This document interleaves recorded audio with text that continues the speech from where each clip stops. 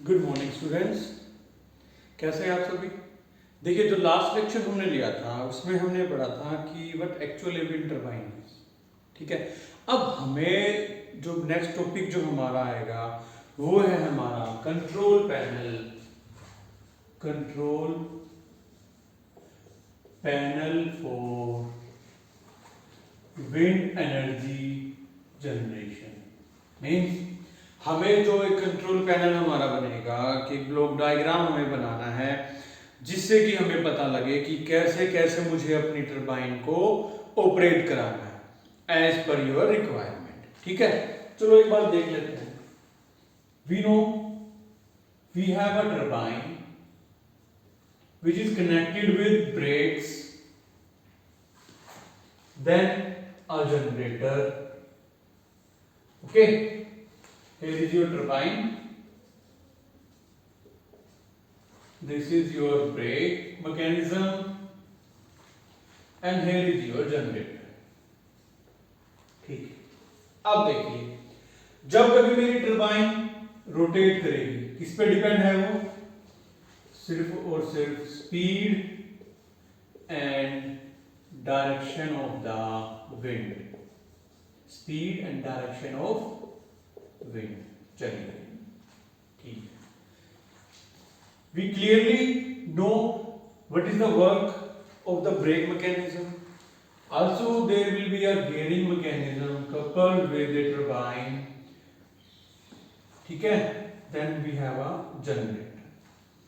Generator ने generate किया। अब देखिए, जनरेटर ने जनरेट की और विंड टरबाइन ने उसको रोटेट किया।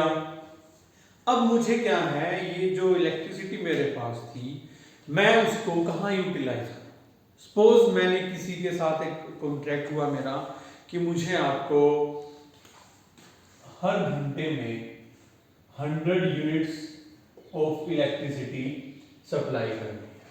फॉर इंस्टेंट मान लीजिए कि मैंने बोला कि हमें 100 यूनिट्स एक घंटे में आपको सप्लाई करनी है। ठीक है, अब ये बताएगा कौन कि उससे 100 यूनिट चली गई है, या वो ये हमें बोले कि मेरे पास तो 100 यूनिट्स नहीं आई है। तो उसके लिए हमें क्या करना पड़ेगा, इस पूरे सिस्टम को सुपरविजन करना पड़ेगा। ठीक है, अब यहां से तो हम कर नहीं सकते, तो मैं क्या कर सकता हूं, मैं यहां पर एक कंट्रोल सेंटर बना देता हूं। Control centre. ठीक है, मैंने यहां एक कंट्रोल सेंटर बना दिया। कंट्रोल सेंटर का काम क्या होगा, ये जनरेटर की आउटपुट को चेक करेगा। फर्स्ट ऑफ ऑल क्या चेक करेगा, जनरेटर आउटपुट। चलिए, जनरेटर की आउटपुट इसने चेक करी। अब हमें एक प्री डिफाइन था कि जो जनरेटर मेरा है जो हमने यूज किया है उसके कुछ पर्टिकुलर आरपीएम है जिन पे वो रोटेट करता है। जब तक वो चीज हमारी अचीव होती रहेंगी हम कोई भी सिग्नल कहीं पास नहीं करेंगे। चलो एक बार सिर्फ ब्लॉक डायग्राम को समझ लेते हैं। जनरेटर की आउटपुट को इसने चेक किया। फॉर इंस्टेंट मान लीजिए जनरेटर गिव या generator rotate lesser RPM, less revolution per minute, और इसकी वजह से क्या होगा, जो आउटपुट वोल्टेज है जनरेटर की वो कम हो जाएगी, वो आपकी इफेक्ट होगी। तो देखिए, the person sitting there provide a signal to your turbine.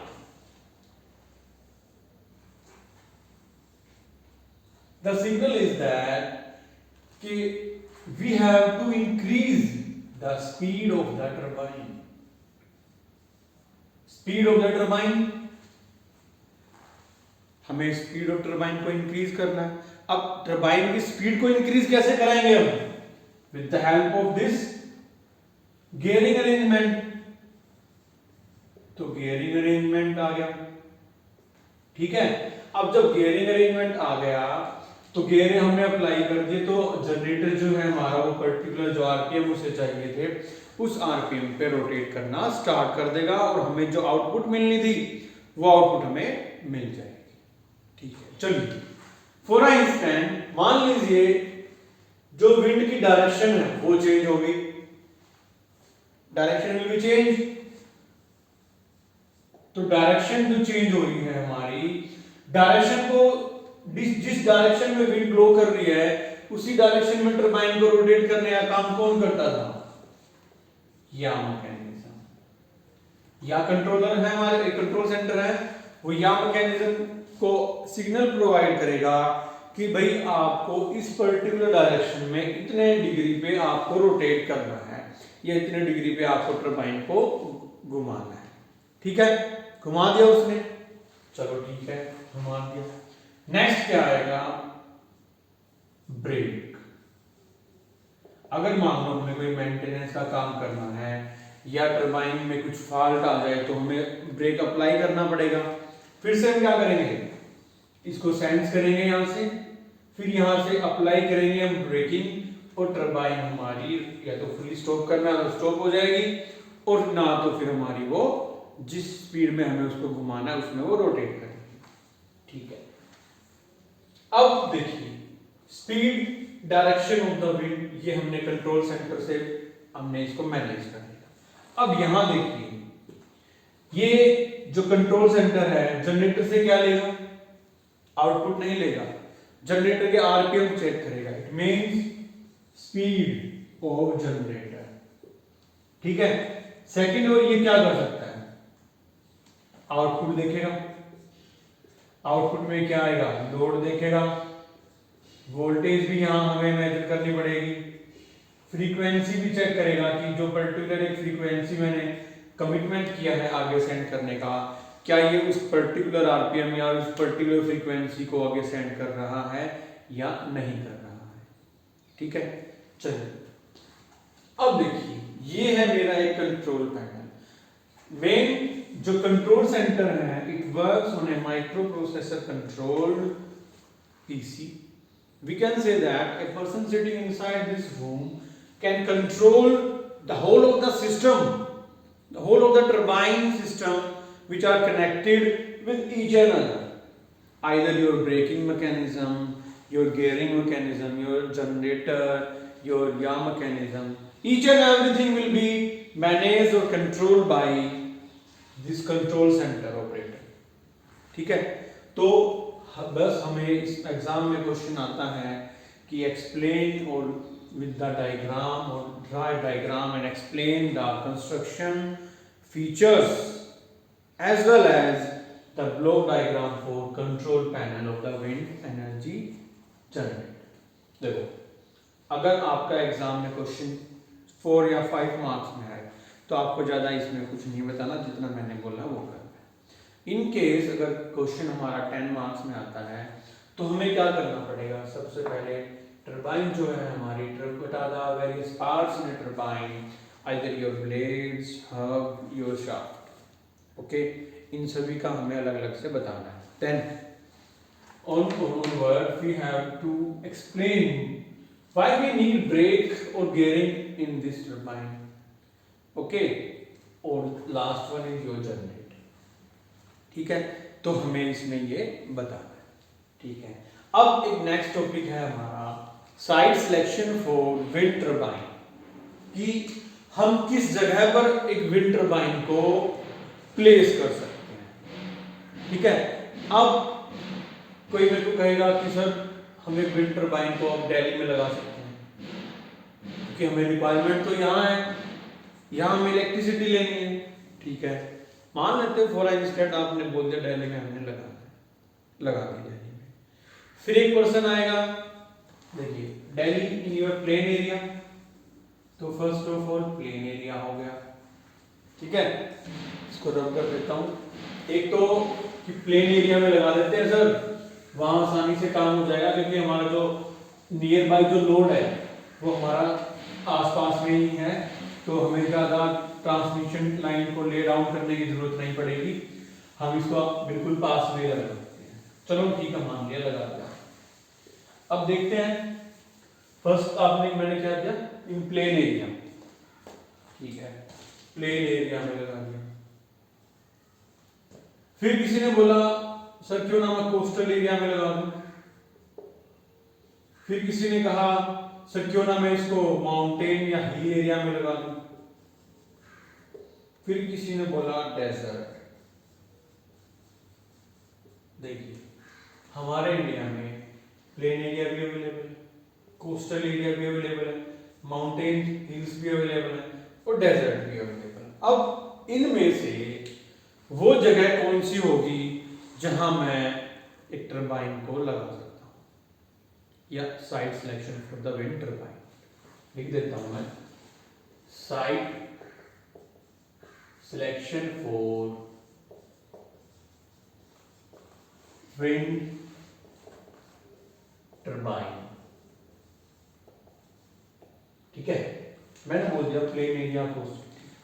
अब देखिए लेट अस स्टार्ट डिस्कसिंग कि plain area, coastal area, mountain area, desert area, इन सब में क्या क्या अलग अलग आपकी डिफरेंसेस आएंगे। फॉर इंस्टेंट अगर मैं मान लीजिए एक विंड टरबाइन को इंस्टॉल करूं दिल्ली में और मैं एक विंड टरबाइन को इंस्टॉल करूं डेजर्ट में, फर्स्ट ऑफ ऑल इन दो को ले लेते हैं।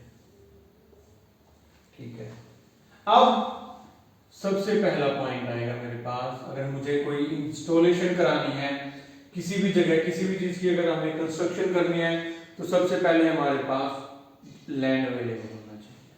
तो फर्स्ट ऑफ पॉइंट क्या था, लैंड रिक्वायर्ड। ठीक है, अब दिल्ली में मैंने बोला दिल्ली में लगा देते हैं और दूसरा मैं लगाता हूँ राजस्थान में, मेरे पास दो ऑप्शन थे। ठीक है, अब दिल्ली में मैं लगाता हूँ तो जो लैंड मेरे पास अवेलेबल है दिल्ली में उसका कॉस्ट क्या होगा, वेरी हाई। ठीक है, but in Rajasthan cost will be lower. तो जहां जिस जमीन में हमें लगाना है वहां पर उसका जो जमीन का जो प्राइस है हमारा वो ज्यादा नहीं होना चाहिए। अगर वो ज्यादा होता है तो उसकी वजह से जो हमारी कैपिटल इन्वेस्टमेंट है किसी भी टरबाइन की या किसी भी कंस्ट्रक्शन को करने की, वो हमारी इंक्रीज हो जाएगी। ठीक है, तो मैं दिल्ली को पूरे लैंड पर्पस की वजह से मैं उसको मना कर देता हूं। ठीक है, फिर सेकंड मैं ले लेता हूं एवरेज विंड स्पीड। ठीक है, अब एक ही पॉइंट को लेके चलते हैं पहले दिल्ली राजस्थान। देखिए जो एवरेज विंड स्पीड होगी वो भी हमारी दिल्ली में क्या है, कम होगी, राजस्थान में क्या होगा, ज्यादा होगा। तो यहां फिर से हमने क्या किसको प्रेफर किया, राजस्थान। दिल्ली को एक बार भी नहीं किया है, राजस्थान को मैंने दो बार कर चुका हूं। ठीक है, थर्ड, अब जब विंड टरबाइन हमने इंस्टॉल की है तो ये तो है नहीं कोई एक छोटा सा प्रोजेक्ट है, वो उसकी एक पर्टिकुलर हाइट भी होगी विंड टरबाइन की, और जब आपकी इतने बड़ी हाइट होगी आपकी और जो ब्लेड्स रोटेट करेंगे वहाँ जनरेटर भी है, मैकेनिकल पार्ट भी है उसके अंदर बहुत सारा, तो उसकी वजह से नॉइसेस आएंगे। अब यहाँ पॉपुलेशन ज़्यादा है दिल्ली के अंदर, तो जब नॉइस ज़्यादा होगी तो क्या करेंगे हम, यहाँ इसको इंस्टॉल नहीं करेंगे। ठीक है, तो सेकंड क्या ले लूँगा मैं, पॉपुलेशन। पॉपुलेशन राजस्थान में कम है तो फिर से राजस्थान, दिल्ली थर्ड टाइम भी कट गया। ठीक है, अब फोर्थ में क्या बोल सकता हूँ, देखिए जब कभी भी आपका विंड टरबाइन रोटेट करता है तो नॉइस प्रोड्यूस करता है, मैंने बता दिया आपको। अगर नॉइस उसने प्रोड्यूस की है उसकी वजह से क्या होगा, जो सिग्नल्स आ रहे होंगे हमारे, either your radio signal, your telephonic signal, तो उस पे क्या होगा, डिस्टरबेंस क्रिएट करेगा। होता था ना पुराने टाइम में जब हम मूवीज या टीवी देख रहे होते थे तो छत के ऊपर से अगर कोई प्लेन चला जाता था तो हमारे उस टीवी के अंदर डिस्टरबेंस हो जाती थी। तो सेम हमें क्या करना है, कोई जो विंड टरबाइन हम लगाएंगे ऐसा देखना है वो किसी लाइन को, टेलीफोन लाइन या कोई भी हमारा रेडियो सिग्नल है उसको डिस्टर्ब ना करे। फिर से वही राजस्थान दिल्ली नहीं होगा। फिर ये हमने लिया इन दो का केस। अब देख लेते हैं, प्लेन एरिया को हमने छोड़ दिया, अब मैं डिस्कस करता हूँ desert, mountain and coastal area. चलो let us start with this. ठीक है, अब डेजर्ट की तो मैंने आपको बता चुका हूँ, अब बचा कोस्टल और माउंटेन। ठीक है, अब देखो कोस्टल एरिया में लैंड रिक्वायरमेंट इजीली अवेलेबल हो जाएगी, ठीक है, वहां आप लगा सकते हैं।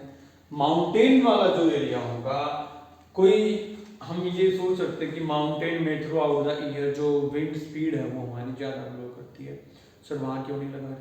चलो मान लिया कि हम उसको वहाँ लगा देते हैं, ठीक है। अब जो सबसे मेन प्रॉब्लम जो आती है वो आती है transportation of the parts in your turbine.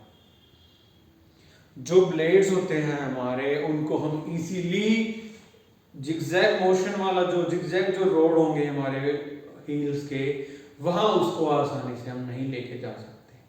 सबसे मेन डिसएडवांटेज यही है कि हम पहाड़ों में क्यों नहीं लगा सकते, ठीक है। सेकंड क्या होगा, जो ज़मीन होती है पहाड़ों में वो आपकी इतनी सॉलिड नहीं होती, तो in case of any storm we can say snow, तो हमारी टरबाइन क्या है वहाँ काम करना बंद कर देगी, ठीक है। तो जो प्रेफर्ड एरिया है जहाँ हम विंड टरबाइन को लगा सकते हैं वे है हमारा coastal region and your desert. जो कोस्टल और डेजर्ट के अकॉर्डिंग इंडिया में हमारा राजस्थान आएगा, देन योर गुजरात, तमिलनाडु,